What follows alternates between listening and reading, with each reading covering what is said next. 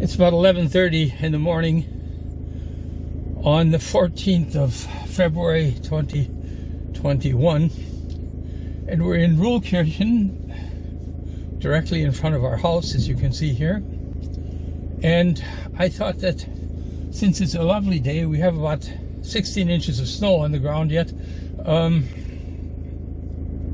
I thought I would take you on a drive through the villages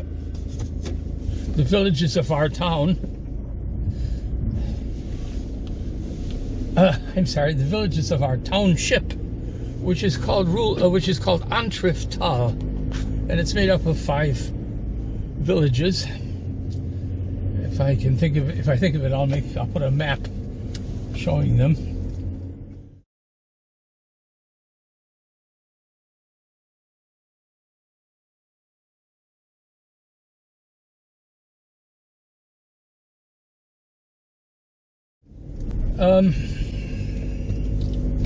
There is no village named Antrifttal. It's an artificial name assigned to the 5 different villages. And this is the first one, and it's also the largest one. It's the one in which we live, and it's called Ruhlkirchen. Has a population of about 700 people. And quite a few dogs, by the way. When we got our first dog, Andor, there were very, very few dogs in this village. But nowadays, I think there must be, there must be 30 or 40 dogs, I guess. This is the new area where the newer houses are up here.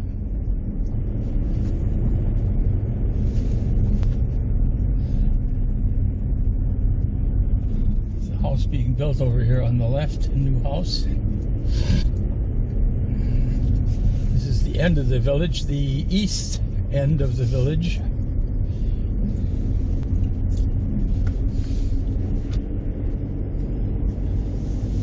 The snow has compacted. We had over 16 inches altogether, but of course it's compacted now. It's been a few days, although it's been very cold. It is right at the moment minus 17 degrees Celsius.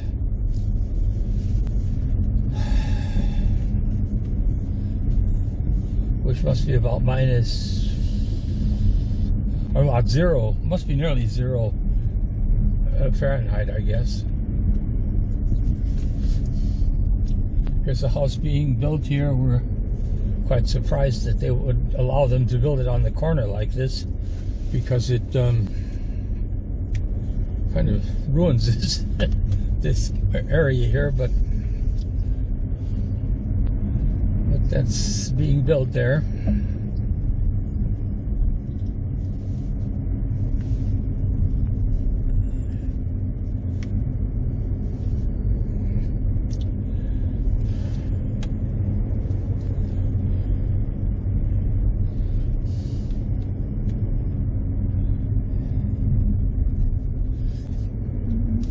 To the north, there is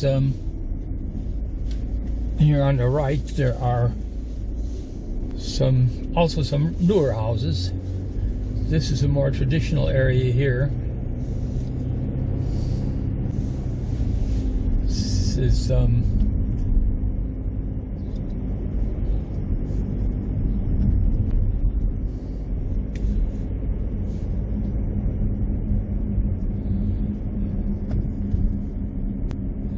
This is the area where a number of our friends live.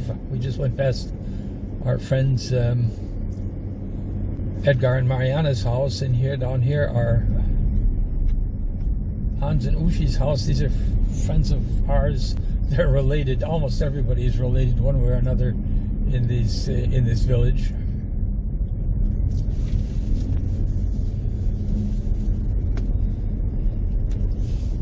Wish I had Bernie Sanders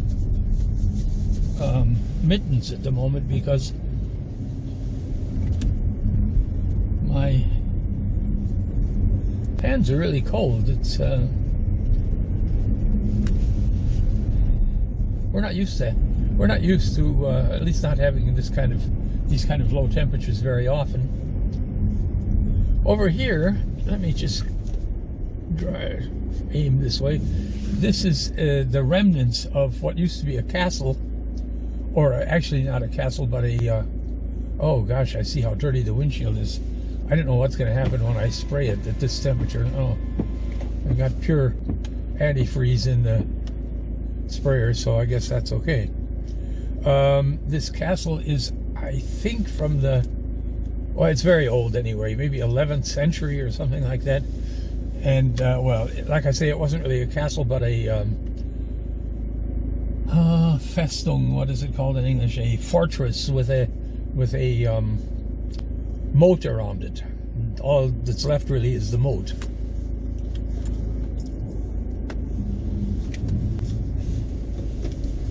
So in front of us is our house, which you can just barely see there in the trees, and the church in back, and my friend Michael's Audi TT here, little pocket rocket.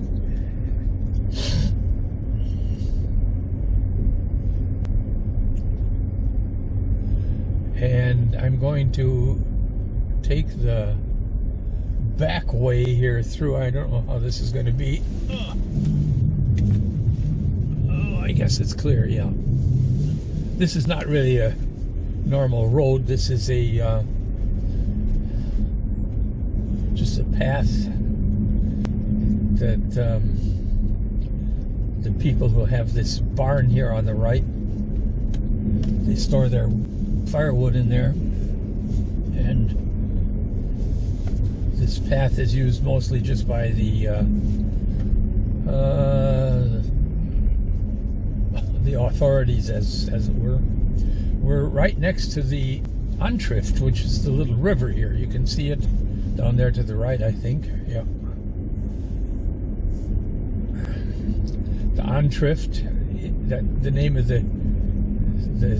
our township is Antrifttal, which means the Antrift Valley, because it's the valley in which this little river flows. At the moment, it's a big creek, but it does get bigger when all of this snow melts, for sure. Okay, we're just gonna come to this kind of the center of the town here. My radar warning just went off because of the snow. So, and we're going to go out here to the west, northwest actually, I think it is, and we're going to go to the next of the 5 villages, Bernsborg.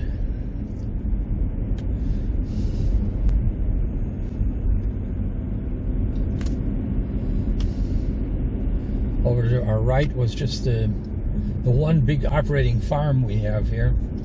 This used to be quite an agricultural area. There's still a lot of agriculture, but it's all done by 1 or 2 big farmers, because small farms just are no longer viable. So, and this is where we normally would leave to go up to Arnshain and then Neustadt, where Karen used to take the train.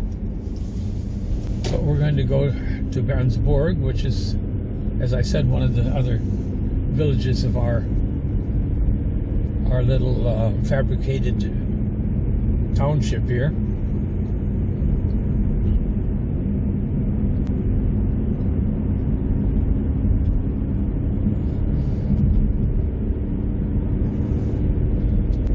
I had planned on taking our 20-year-old Mercedes, so that it would be moved, and because it doesn't get a whole lot of use these days, and also so the battery could charge. But in fact, the battery was already so low that it would not start the car at minus 17 degrees Celsius, which means I'm going to have to probably, I have a spare battery that would fit it, but I don't want to put the spare battery in that necessarily. I will instead use the spare battery with cables to start the car and hope that the battery that's in it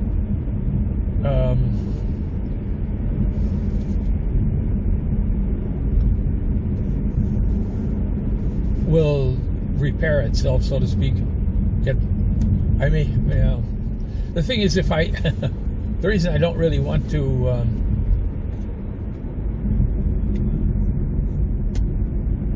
take the battery out or replace the battery is that if I do take it out, then of course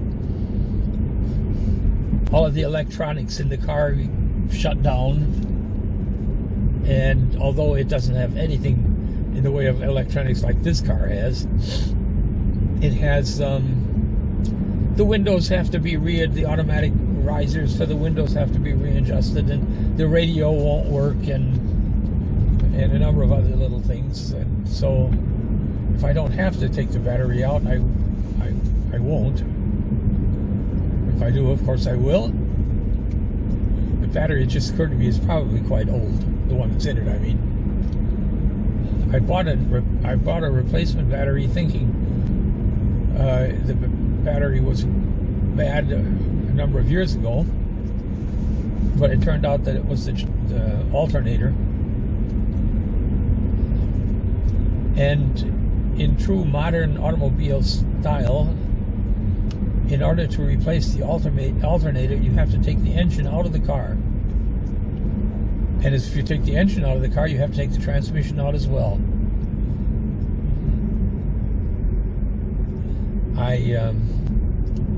I would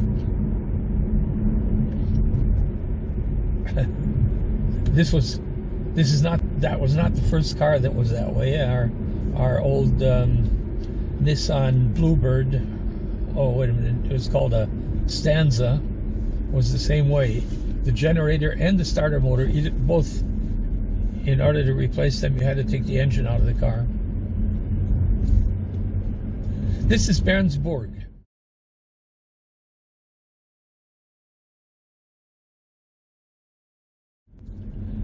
One of the smaller of the towns. I'll check the numbers, the population numbers, and write them here on the video.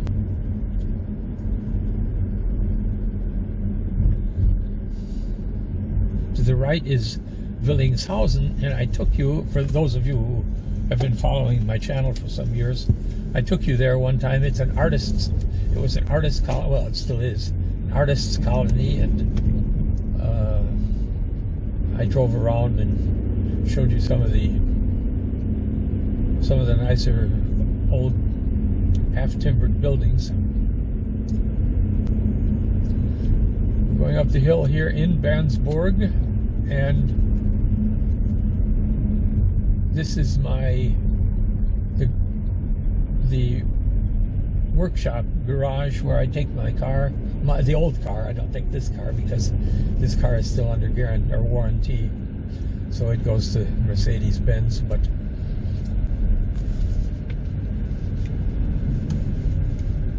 the mechanic here is quite good, and he's well, he's pretty good, but more importantly, he's quite reasonable.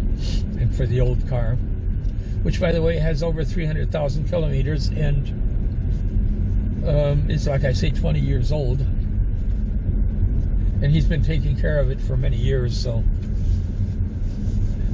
he's going to try to get it through the TUV technical inspection.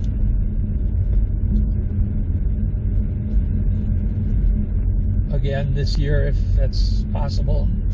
I think the brake lines will need to be replaced, and there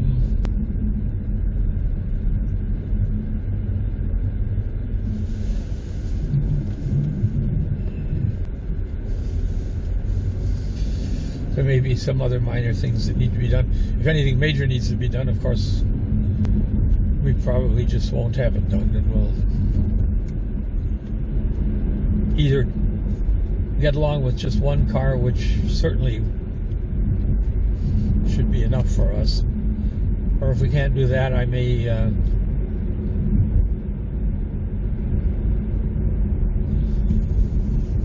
get some small inexpensive used car that we can use for hauling stuff to the dump and so on. And which is what we've been using our old car for anyway, mostly.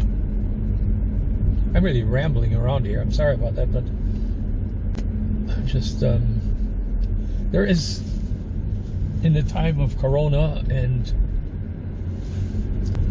in the middle of winter, there isn't a whole lot to talk about otherwise. We live like hermits.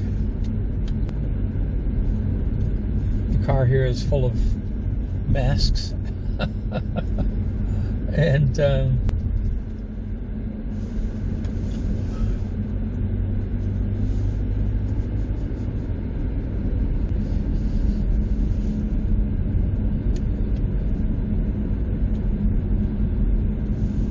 we don't go anywhere, of course. Germany is on complete lockdown at the moment.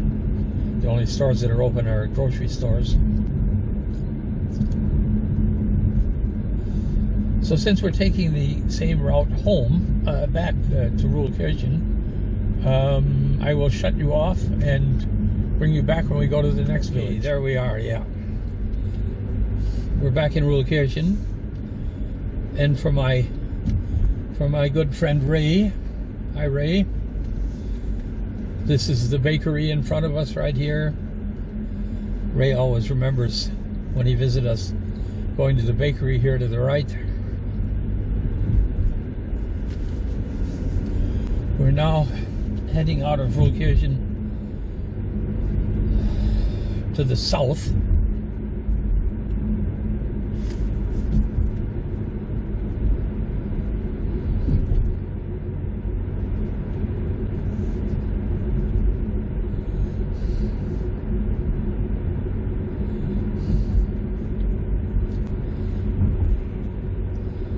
This is a big it's building material supplies. It's actually just, they have just stone and gravel and stuff for road building mostly.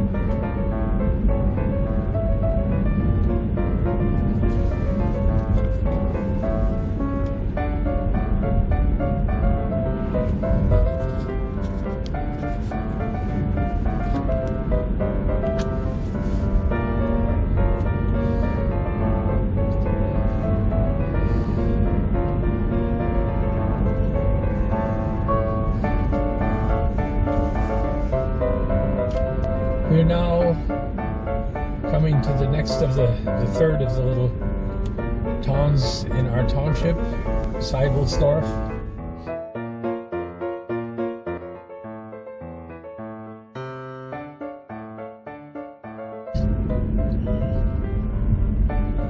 Church on the right here. Every village has a church.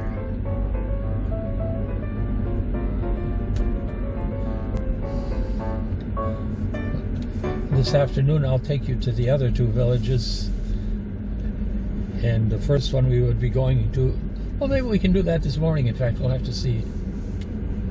Morning, it isn't morning, it just now turned noon, and we I need to be back by 12:30 because Karen needs the car then. However, there may still be enough time to go to Olmis, and then there will just be one village left. So in front of us, directly in front of us at the end of the road here, is the house of our architect who helped us reconstruct our home.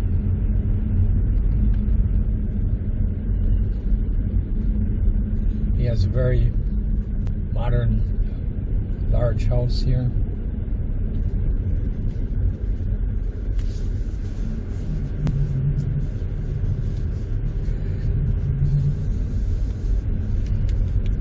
So this is, again, is Seibelsdorf.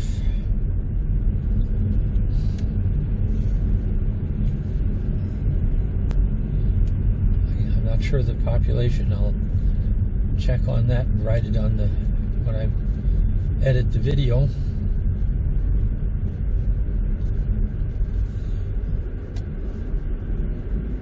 So up the hill there really isn't anything left to see. The house where the Bürgermeister, the mayor, lives is up there. That's about all. So we'll go down back into the center of town from here. It's really, these are really just small villages.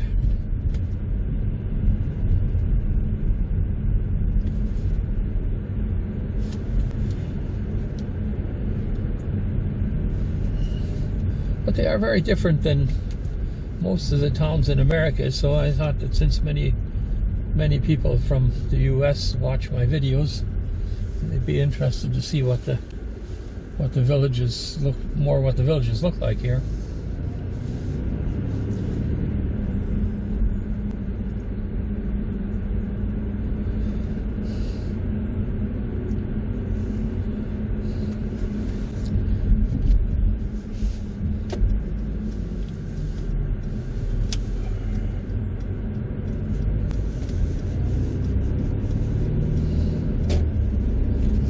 So we're going to be heading out of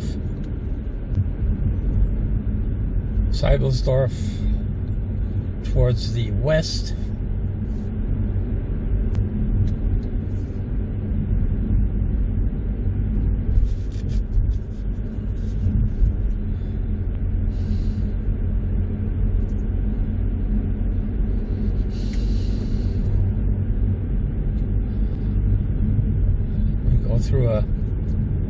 We go through a large forest here.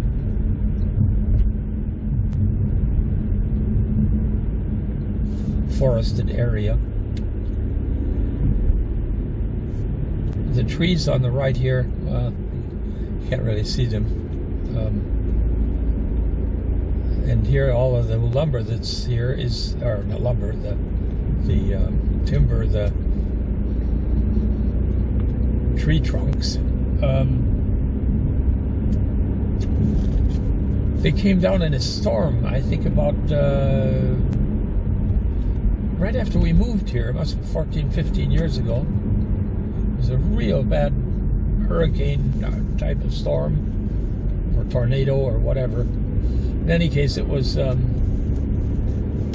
did quite a lot of damage. You can see that most of the trees, the tall trees, are gone here. They're just individual trees. They got blown down. It went right through this area here like I guess more like a tornado.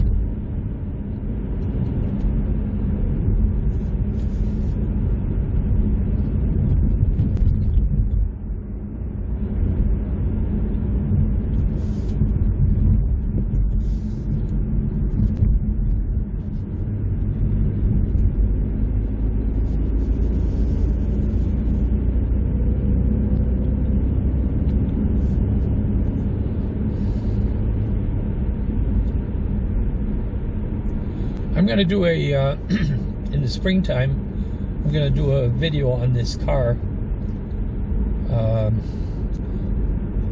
after owning it for, well, it'll be a year and a half then.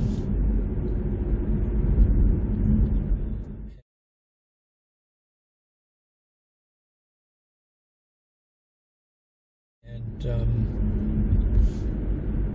I thought I'd talk about it. There are a lot of car enthusiasts that watch my videos, and since this car is, in my personal opinion, well, it's not just my opinion, I can just say it is the best car I ever owned. It is comfortable, very easy to drive, very pleasant to drive, very fast, and just all-around excellent car. It's like kind of the epitome of automotive engineering. It's all wrapped up in this one car. Unusual, perhaps, in a family station wagon kind of car, but so this is this is Olmis. The name Olmis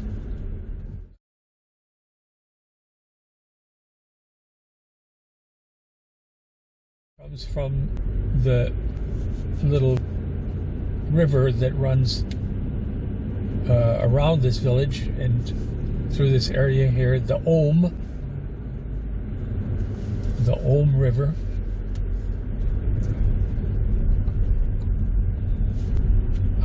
As far as I know, it has nothing to do with the unit of resistance.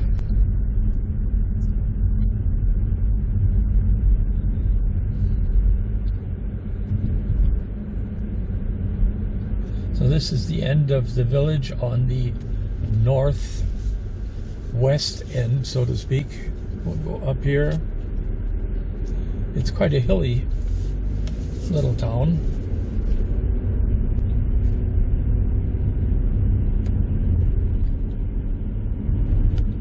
The car has excellent traction too.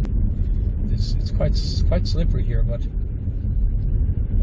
it's only two-wheel drive. I mean, front-wheel drive. It doesn't have four-wheel drive.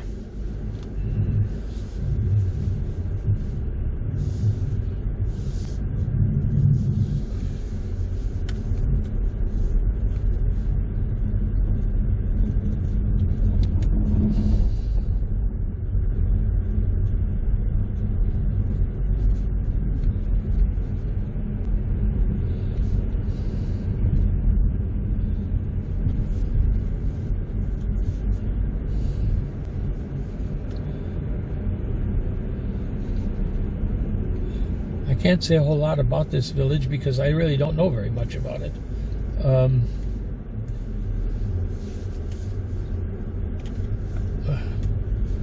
We don't have any reason to come here very often, except to drive through. There are a lot of old, there are a lot of farms that are not really actively being used for agriculture, but the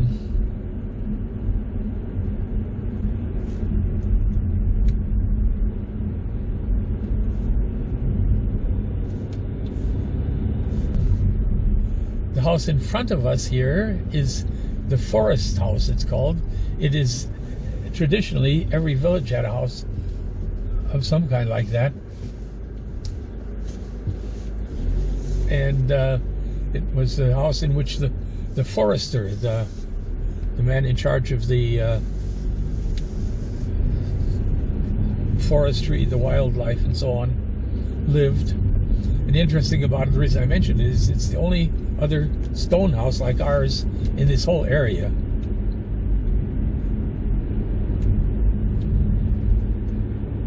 I don't know if it was built at the same time or if the person, the architect or whoever was in charge of building it was the same one. We just left Olmis now, going back down the same road we came on. That is, we're now going east.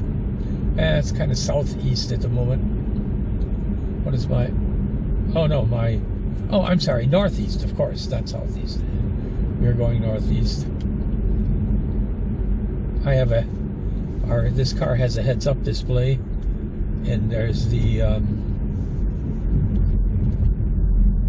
compass there too, and it tells me that we're going northeast. Okay, since we're taking the same road through the forest again, I'll turn you off, and we'll come back when we get down to the next village. Okay, here we are. We're back in Seibelsdorf.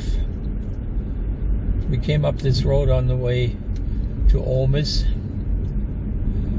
But when we get to the middle of the village here, we're not going to turn left and go back. There's a cat. We're not going to go back to Ruhlkirchen. We're going to go east.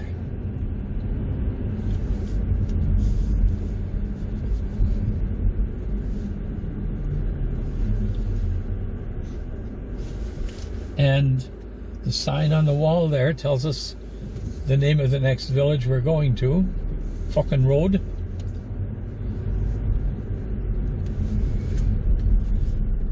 This is still Seibelsdorf here, and to the right is a kind of a castle, and it's where Karin's the doctor that Karin goes to.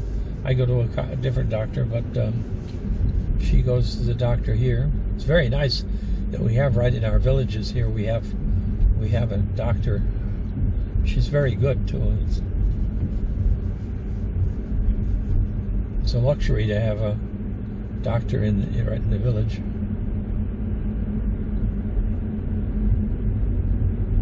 So we're heading up the hill here.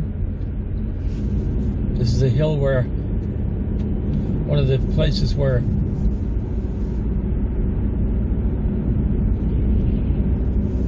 the turbocharger on this car really kicks in, and at the top, when you get up to the top of the hill here, sometimes you can even hear it whistling.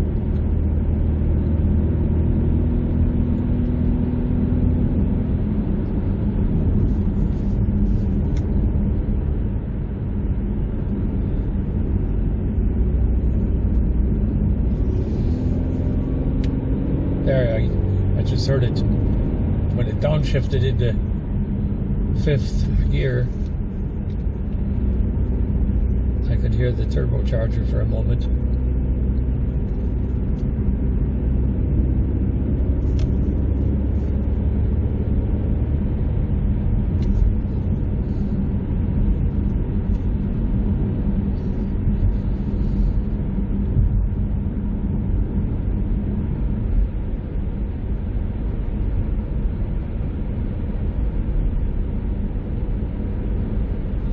There's a biogas generating plant to the right there. The little bit of agriculture we have here nowadays is to grow corn for this biogas plant to generate electricity. Some people might have a feeling that there's something criminal about using food, potential human food, to create electricity, but it is what it is. This is now a fucking road.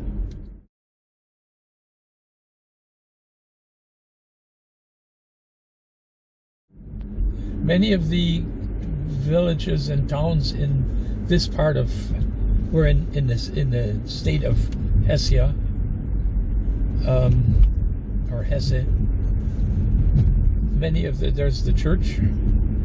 Many of the towns have names that end in road, R-O-D, rod, like. And I would like to tell you what the history of that is and why it is, but I have no idea, and I have only heard conflicting stories about it. So let's just say it's a fact. They are named that way.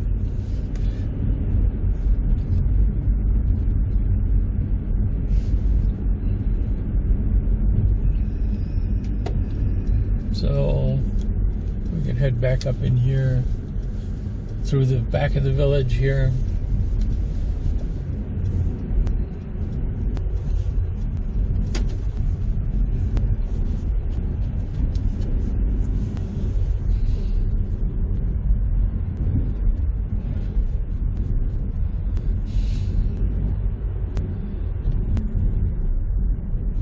Many of the little businesses that were here in the past have gone belly up,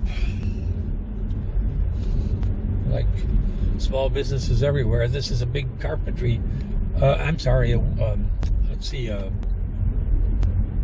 you can't really see it here.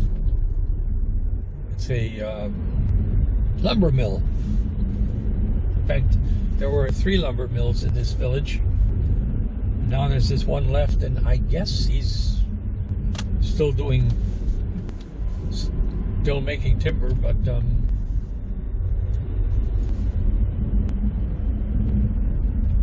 don't know anything about how lucrative it is. This was one up here at the top of the hill, was one of the other places. Sorry, I'm kind of losing my train of thought here. Right here is one of the other lumber mills.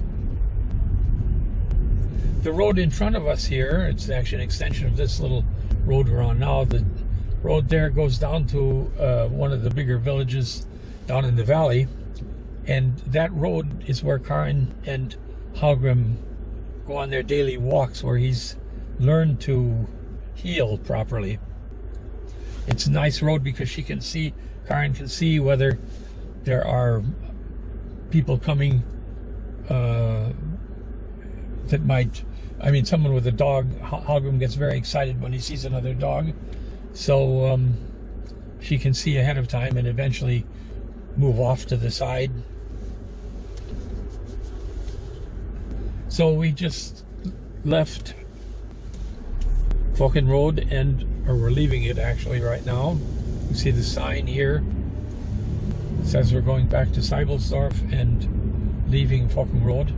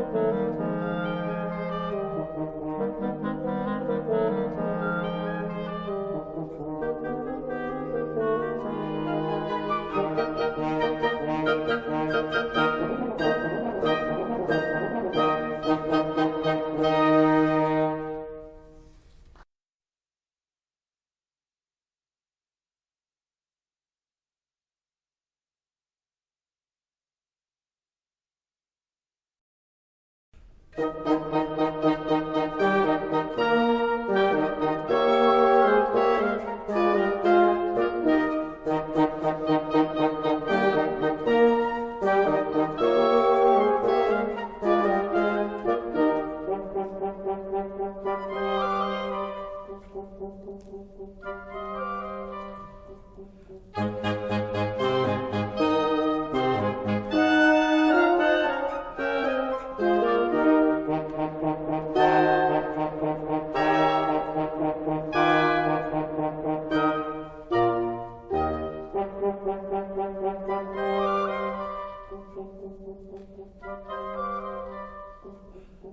you.